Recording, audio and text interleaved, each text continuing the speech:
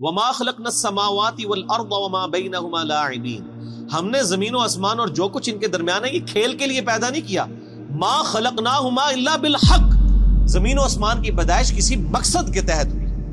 ولکن اکثرهم لا يعلمون، لیکن اکثر لوگ اس حقیقت سے ناواقف ہیں. لیکن اکثر لوگ آپ دیکھیں ان کا آپ کانفیڈنس لیول دیکھیں، آپ جس سے بھی پوچھیں نا وہ کہے گا جی بنو پتہ ہے سب کچھ. اور اللہ ہمارے اکثر لوگ ناواقف ہیں، وہ سیریس لے ہی نہیں رہے خدا کی اس کریشن کو کہ بھئی مر کے اللہ نے مقصد کے لیے پیدا کیا. مقصد کیا ہے؟ الذی خلق الموت والحیات لیبلوکم ایکم احسن عملا. ہم جانچنا چاہتے ہیں تم میں سے کون اچھے اعمال کرتا ہے، کون سے برے اعمال کرتا ہے. کسی نے کوئی مقصد بیان کیا ہوا ہے، کسی نے کہا جی وہ آپ نے جو مخلوق کی خدمت کے لیے اللہ نے پیدا کیا. کوئی کہتا ہے جی اولیاء اللہ کو مرتبے دینے کے لیے پیدا کیا. کوئی مقصد بیان کرتا ہے، وہ کوئی مقصد او اللہ بندے اپنی فکر کرو تو اڈل کے بڑھنی ہے. ہر بندے نے اللہ کے حضور ثم لتسألن یومئذ عن النعیم، اس دن پھر قیامت والے دن تم سے تمہارے اعمال کے بارے میں پرسش ہو. اس لیے پیدا ہوئے ہیں اور تو کوئی مقصد ہی نہیں ہے، سیدھا سا مقصد ہے. چونکہ یہ کم اوکھا ہے نا، اس واسطے انہوں چھوڑ کے باقی مقصد بڑھا لینا. ٹھیک ہے، اب دیکھ لیں اللہ نے ذکر کیا نا کہ ہم نے زمین و آسمان کو با مقصد پیدا کیا. یہ حق کے ساتھ، حق کی ٹرانسلیشن ہوتی ہے پرپسفل، با مقصد. قرآن کے بارے میں بھی آیا وَبِالْحَقِّ أَنزَلْنَاهُ وَبِالْحَقِّ نَزَلَ، ہم نے قرآن کو حق کے ساتھ اتارا اور یہ حق کے ساتھ اترا. یعنی مقصد کے لیے اتارا اور یہ اپنا مقصد لے کر آیا. اور مقصد کیا؟ انسانیت کی ہدایت، آخرت کی کامیابی. تو اب یہ ذکر آیا نا کہ ہم نے زمین و آسمان کو کسی مقصد کے لیے پیدا کیا، اور ساتھ ہی ذکر آ گیا ان یوم الفصل میقاتہم اجمعین، یقیناً فیصلے کا دن ان سب کے لیے مقرر وقت ہے. یعنی فیصلہ ہوگا. پھر یہ نہیں ہے کہ جناب یہاں پہ آپ نے یاشی کی زندگی کی ہے تو آخرت بھی آپ کی یاشی کی ہوگی. نہیں، دنیا جو اللہ کی مرضی کی گزارے گا اسی کی آخرت اس کی مرضی کی ہوگی، اور جو دنیا میں اپنی مرضی کی زندگی گزارے گا آخرت پھر اللہ کی مرضی کی. اللہم اجرنا من النار، اللہم اجرنا من النار، اللہم اجرنا من النار. اللہم من احییتہ منا فاحیہ علی الاسلام ومن توفیتہ منا فتوفہ علی الایمان. آمین. یوم لا یغنی مولا عن مولا شیئا، قیامت کا وہ دن ایسا ہوگا جب کوئی دوست کسی دوست کے ذرا کام بھی نہیں آئے گا. ولا هم ینصرون، نہ ہی ان کی مدد کی جائے گی. الا من رحم اللہ، ہاں جس پہ اللہ رحم کرے بس اللہ ہی کے رحم پہ ہوگا، کوئی کسی کے کام نہیں آئے گا. آپ کہتے رہے کہ شیخ عبد القادر جیلانی فرماتے ہیں کہ جی میں اس وقت تک جنت میں نہیں جاؤں گا جب تک اپنے سارے مرید نہ لے جاؤں. تسی پاویں جھوٹ مارتے رہو. نہ شیخ عبد القادر جیلانی کی جرت تھی کہ وہ یہ بات کرتے، جھوٹی منسوب کر دی ہے. اللہ فرما رہا ہے جس پہ اللہ ہی رحم کرے انہ هو العزیز الرحیم، بے شک وہی عزت والا ہے، غالب ہے اور رحم فرمانے والا ہے. غالب اتنا ہے جب چاہے پکڑ سکتا ہے، رحم یہ ہے کہ ڈھیل دیتا ہے. اچھا ان ظالموں سے پوچھیں، یہ ویسے تو بخاری مسلم کی حدیث بیان کر رہے ہوتے ہیں کہ قیامت دن نبی بھی کہہ رہے ہوں گے نفسی نفسی، تو شیخ عبد القادر جیلانی کہہ رہے ہوں گے کہ میرے مرید وہ نہیں نفسی نفسی کر رہے ہونے. ان کا مرتبہ جو ہے وہ حضرت ابراہیم علیہ السلام، عیسیٰ علیہ السلام، موسیٰ علیہ السلام سے زیادہ ہے. یار مت ماری ہوئی ہے تو اڈی اللہ دے بندے، اپنی بھی عقل استعمال کرو. بزرگوں کے بارے میں کیا کانسیپٹ انہوں نے کیا ہوا ہے اور وہاں نبیوں کے بارے میں کیا کانسیپٹ. یہ بڑا خطرناک معاملہ ہے. بخاری مسلم دونوں میں حدیث ہے اے میری بیٹی فاطمہ، اس بات پہ نہ اکڑنا کہ تم اللہ کی نبی کی بیٹی ہو، اگر اللہ نے پکڑ لیا میں تمہارے کچھ کام نہیں. اب اور آپ کو کس طریقے سے یقین نبی علیہ السلام دلائیں تو اب آپ مانیں گے کہ کوئی کسی کی وجہ سے کوئی دھونس کے ساتھ کسی کو جنت میں نہیں لے کے جا سکتا. شیخ عبد القادر جیلانی یا کسی بزرگ بابے کا مرتبہ جس کو آپ سمجھتے ہیں حضرت فاطمہ کے برابر ہو سکتا ہے، حضرت فاطمہ کی جوتیوں کے برابر بھی نہیں ہو سکتا.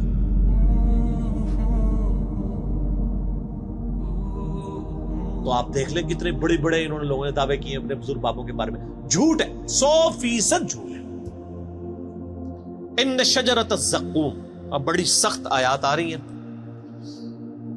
جنتیوں اور جہنمیوں کا سائملٹینیس کنٹراسٹ آئے گا. پہلے اللہ جہنمیوں کا ذکر کرے گا کہ ان پر کیا صورتحال جہنم میں گزرنی. بے شک زقوم کا درخت ایک کڑوا درخت، طعام الاثیم گناہگاروں کی خوراک ہوگا. کالمہل یغلی فی البطون، پگھلے تانبے کی مانند پیٹوں میں جوش مارے گا. یعنی وہ کڑوا درخت کھانے کے بعد پیاس لگے گی ان کو، پھر پگھلا ہوا تانبے کی مانت پانی دیا جائے گا, وہ پیئیں گے تو ان کے پیٹ میں جوش مارے گا. کغلی الحمیم, اور وہ کھولتا ہوا پانی گرم جوش مارتا پانی ہوگا. خذوہ فاعدلوہ الی سواء الجحیم, اور اللہ کی طرف سے حکم ہوگا پکڑو اسے مجرم کو اور گھسیٹ کر دوزخ کے سینٹر میں جا کے اس کو پھینکو.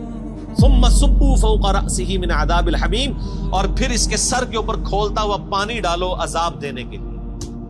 یہ میرے بھائی یہ طارق جمیل صاحب کا لیکچر بیان نہیں ہو رہا, یہ قرآن بیان ہو رہا ہے. ذق انک انت العزیز الکریم, اللہ تعالیٰ فرمائے گا چک, تو بڑی عزت والا اور بڑی جو ہے وہ کرامت والا ہے. یہ تنزیہ جملہ اللہ کی طرف سے بولا جائے گا کہ دنیا میں تو نے بڑے دعوے کیے ہوئے تھے نا کہ میں جناب کر دیا گا, میں کر دیا گا, تو بڑی عزت والا ہے نا, دیکھ تیری عزت افزائی میں کر رہا ہوں, تیرے سر کے اوپر کھولتا ہوا پانی ڈالا جائے گا. اللہم اجرنا من النار, اللہم اجرنا من النار. ان ھذا ما کنتم بہ تمترون, یہ ہے وہ چیز جس کے بارے میں تم شک میں مبتلا ہو, یقین نہیں تمہیں آ رہا کہ ایسا ہوگا. تو کہتے جی اینڈ تے چھاڑ ہی دینا اللہ نے, بس ایویں تھوڑی تمکی شمکی ہوئے گی بس. یہ یہودیوں کا عقیدہ تھا, ان کو میں نے پھکی دنیا میں دی ہوئی ہے کہ آپ, وہ کہتے ہیں اللہ بڑا غفور رحیم ہے. ماں دیکھو, ماں کوئی دوزخ میں پھینک سکتی ہے کسی بچے کو, اللہ تعالیٰ کیسے پھینکے گا؟ میں کہتا ہوں جی آخرت تو کسی نے نہیں دیکھی, میں آپ کو ویڈیو نہیں دکھا سکتا, قرآن تو موجود ہے نا, یہی پڑھ کے دیکھ لو. یہ کون ہے, یہ قرآن کس نے نازل کیا ہے؟ یہ جو آیات پڑھ رہی میں نے گھر بنائی ہیں جن کے اندر یہ سارا ذکر آ رہا ہے. تو میں ان کو دنیا میں ایک مثال دیتا ہوں کہ آپ کہتے ہیں نا ماں نہیں یہ چاہے گی, تو میں آپ کو دنیا سے ایک مثال دیتا ہوں کہ آپ اور میں بھی کبھی نہیں چاہیں گے کہ آپ کا کوئی دشمن ہو, اس کے 4-5 چھوٹے چھوٹے بچے ہوں, اور آپ اس کی دشمنی میں اس لیول پہ جائیں کہ آپ اس دشمن کی بیوی کو مار دیں. آپ کہیں گے نہیں یار اس کا کیا قصور ہے, اس کے بچوں کا کیا قصور ہے, رحم کھائیں گے نا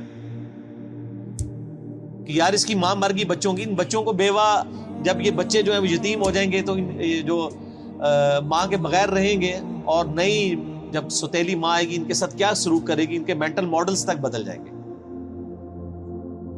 ترس کھائیں گے نا آپ اور میں, تو کھائیں گے نا. تو کیا اللہ تعالیٰ بھی ایسے لوگوں پہ ترس فرماتا ہے؟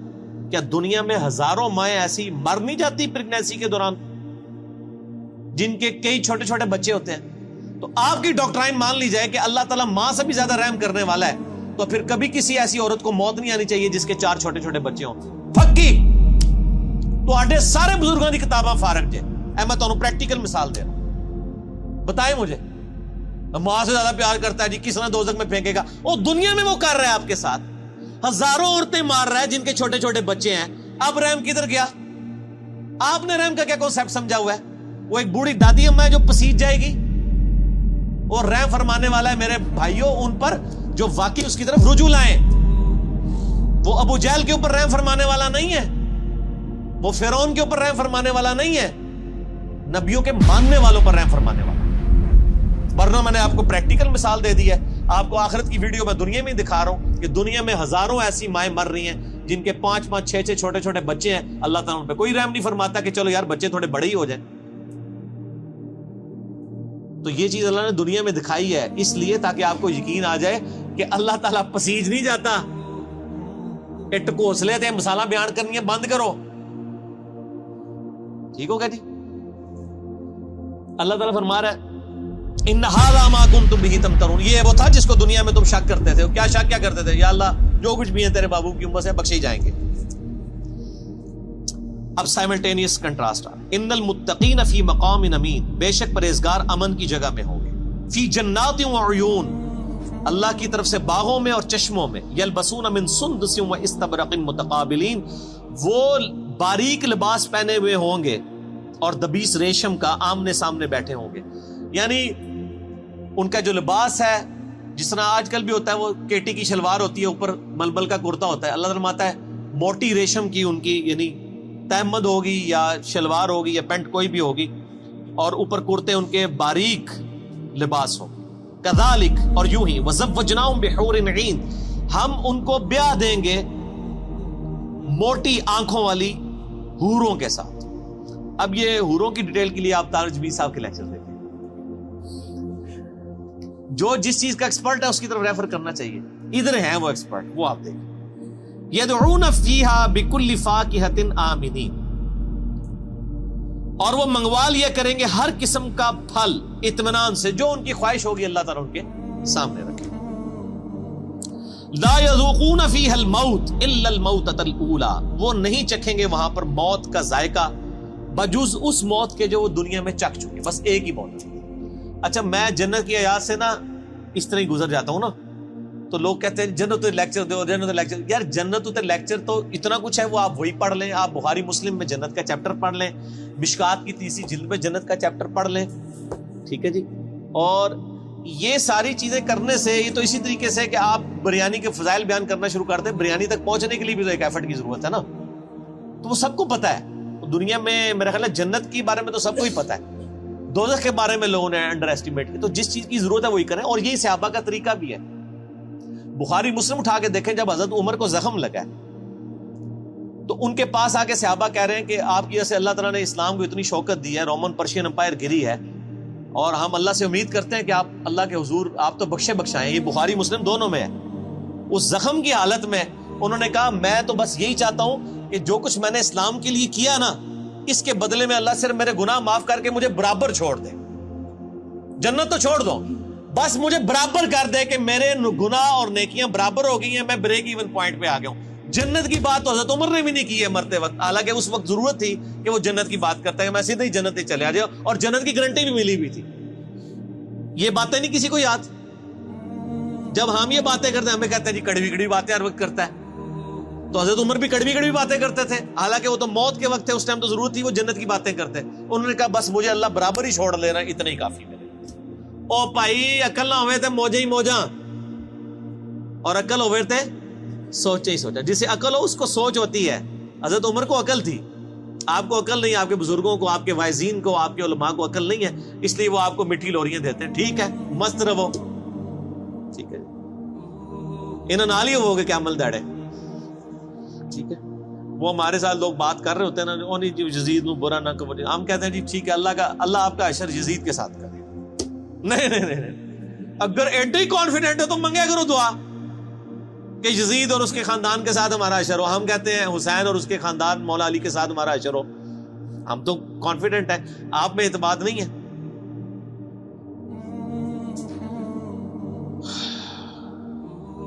لا یذوقون فیہا الموت الا الموتۃ الاولی, اس میں کوئی موت کا ذائقہ نہیں چکھیں گے جو دنیا میں مبارک چکھ چکے وہی. وَوَقَاهُمْ عَذَابَ الْجَحِيمِ, اور انہیں عذاب جہنم سے بچا لیا جائے گا. یہ ہے میرے بھائیوں کامیاب لوگ. بخاری مسلم میں حدیث ہے کہ قیامت والے دن موت کو مینڈے کی شکل میں لا کے میدان حشر میں ذبح کر دیا جائے گا. جنتی پریشان ہوں گے اور دوست کی خوشی کے ساتھ آ رہے ہوں گے کہ شاید کوئی ہمیں موت لکھ دی جائے تو ہم فارغ ہو جائیں. موت کو ذبح کیا جائے گا اور اللہ تعالیٰ کہے گا کہ جنتیوں کے لیے خوشخبری ہے کہ اب کبھی موت نہیں آئے گی, موت ہم نے ختم کر دی. اور جہنمیوں کے لیے یہ بری خبر ہے کہ موت ہمیشہ کے لیے ختم ہو گئی ہے, اب تمہیں اسی عذاب میں ہی رہنا ہے, موت مانگنے سے بھی موت نہیں آئے. جنتیوں کے لیے موت کا ختم ہونا خوشخبری, اور جہنمیوں دوستیوں کے لیے سب سے بری خبر. اللہم اجرنا من النار, اللہم اجرنا من النار, اللہم اجرنا من النار, آمین. فضلا من ربک, یہ تمہارے رب کا فضل ہوگا جس کو یعنی دوزخ کی آگ سے بچا لیا گیا. ذالک هو الفوز العظیم, یہ ہے سب سے بڑی کامیابی. دنیا کی کوئی کامیابی بڑی کامیابی نہیں. اور میرے بھائی دنیا میں کھرب پتی آدمی کو بھی وہی 6 فٹ 7 فٹ کی قبر ملنی ہے, وہ بھی پتہ نہیں ملنی بھی ہے کہ نہیں, اور وہی 3 کپڑوں کا کفن ملنا ہے. جو ایک غریب لاوارث لاش کو, فٹ پاتھ پہ مرنے والی کو, وہی ایک جگہ سے ہی کفن خریدا جاتا ہے. یہ نہیں ہوتا کہ اس کے لیے کوئی اسپیشل لٹھا آتا ہے, وہ بنے بنائے کفن مل رہے ہیں, سب کو برابر ہی ملتے ہیں. فَإِنَّمَا يَسَّرْنَاهُ بِلِسَانِكَ لَعَلَّهُمْ يَتَذَكَّرُونَ, اے نبی الاسلام ہم نے اس قرآن کو آپ کی زبان پر آسان کر دیا ہے تاکہ لوگ نصیحت قبول کریں. یعنی آپ کی اپنی مادری لینگویج عربی میں ہی قرآن نازل ہوا ہے, آسان ہے. بے شک مولوی کہتے ہیں قرآن بڑا مشکل ہے, نہ پڑھی اور ڈائریکٹ گمراہ ہو جاؤ گے, لیکن اے نبی آسان ہی ہے. فَارْتَقِبْ إِنَّهُمْ مُرْتَقِبُونَ, تو اے نبی آپ انتظار کیجئے, جو بات قبول نہیں کر رہے حق ان کے مقابلے پہ اب آپ انتظار کیجئے. فَارْتَقِبْ إِنَّهُمْ مُرْتَقِبُونَ, یقیناً وہ بھی ایک انتظار میں ہے, اور وہ انتظار یہ ہے کہ جب ان پہ موت آئے گی عذاب چکھیں گے پھر لگ پتا جائے گا، یہ اصل میں کہا جا رہا ہے۔ تو یہ میٹھی میٹھی باتیں ہیں، دیکھ لیں، تو قرآن نہیں پڑھا ہوا تو میٹھی میٹھی باتیں ہیں، اور قرآن پڑھا ہوا ہے تو بخاری کی حدیث ہے، نبی علیہ السلام ایک چوراہے سے گزرے، کچھ صحابہ ہنس رہے تھے، آپ نے فرمایا جو کچھ میں جانتا ہوں وہ تم جانتے ہوتے تو بہت کم ہنستے، زیادہ رویا ہی کرتے۔ ٹھیک ہو گیا؟ سورہ الدخان ختم ہوئی، اگلی دفعہ انشاءاللہ سورۃ الجاثیہ۔ اللہ تعالیٰ سے دعا ہے جو حق بات میں نے کہی اللہ تعالیٰ ہمارے دلوں میں راسخ فرمائے، اگر جس بات میں میرے منہ سے کوئی غلط بات نکل گئی تو اللہ تعالیٰ ہمارے دلوں سے محو کر دے اور ہمیں معاف بھی کر دے، ہمیں کتاب و سنت کی تعلیمات پر عمل کر کے دوسرے بھائیوں تک پہنچانے کی توفیق عطا فرمائے۔ سبحانک اللہم و بحمدک، اشہد ان لا الہ الا انت، استغفرک و اتوب الیک، وما علینا الا البلاغ المبین۔ جزاکم اللہ خیرا۔